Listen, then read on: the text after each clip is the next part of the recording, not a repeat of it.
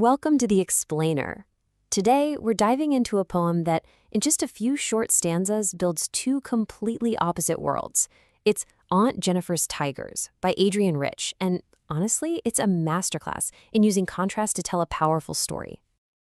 Right from the first line, we get this absolutely incredible image. You can just picture these vibrant, powerful creatures, totally bursting with life and energy. And pay attention to the wording. They're not just walking, they are prancing. And there it is. That's the huge puzzle we're going to unpack today. This stark, almost unbelievable contrast between the artist and the art she's creating with her own two hands. Now, to really get this poem, you first have to understand the poet herself, Adrienne Rich. Her life, her work, it was all a form of rebellion. She was born in Baltimore, but she wasn't just a writer. She grew to become one of the most influential voices for social change in the entire late 20th century. And knowing that is absolutely key to unlocking this poem. So you see, her activism is the perfect lens for this. She wasn't just writing about some abstract ideas. She was deeply, personally involved in the fight for women's rights. She was a fierce opponent of oppression in all its forms. For her, poetry wasn't just art. It was her platform. Okay, let's jump into that first world the poem gives us, the incredible world of those fearless tigers. So this is so important to remember. This vibrant world isn't real in the physical sense. It's a piece of art. Aunt Jenifer is literally crafting this world with wool and a needle, bringing these symbols of power to life herself. And the word choice here, it's just so deliberate. Topaz gives us that brilliant jewel-like color, but denizens, wow, that word has some serious weight. It tells us they aren't just animals in a forest, they are the rightful rulers, the absolute masters of their world of green. Just look at this list of words. Prancing, sleek, chivalric. Every single one builds this image of total freedom, of confidence, of power. They are completely unafraid, moving with a kind of certainty that, well, as we're about to see, their creator desperately wishes she had.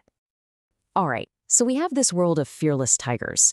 But now the poem does a complete 180, and it could not be a more different picture. And the contrast is just immediate and, frankly, heartbreaking. Her fingers are fluttering, not with excitement, but with fear, with weakness. She's struggling to pull a simple needle.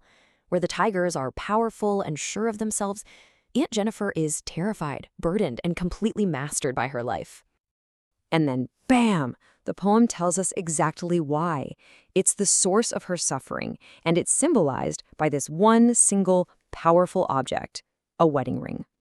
Now, let's be really clear here. She's not talking about a physically heavy piece of gold. It's the symbolic weight, the crushing burden of a difficult, oppressive marriage.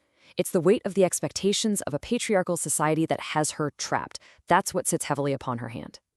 So we've seen these two completely separate worlds, the freedom of the art and the prison of the artist. In the final stanza, they finally smash together, and the conclusion is just unforgettable. I mean, this line is it's a gut punch. The poem says her terrified hands will lie still ringed with ordeals she was mastered by. That ring, the symbol of her oppression, follows her all the way to the grave. For Aunt Jenifer, there is literally no escape. And yet, in the most incredible contrast, the tigers that she made with those terrified, trembling hands, they just keep on going, completely unchanged by her death. And that right there is the gut-wrenching irony of the whole poem. The mortal, oppressed artist is gone, forever trapped by her ordeals. But her art, the embodiment of everything she couldn't be, it lives on, immortal, proud, and forever, forever unafraid. So, what do we take away from all this? Why does this little poem, written decades ago, still hit so hard today? Well, it's working on so many levels at once. It's obviously a powerful critique of patriarchal society. It shows us how art can be a desperate escape for someone who's trapped. But maybe most importantly, it shows us that the very act of creating something free and powerful is an act of defiance. It's her way of building the world she wishes she could live in, even if it's only on a small piece of fabric. And that leaves us with this final, really powerful question. Aunt Jenifer never found freedom in her own life, but she created something that was eternally free.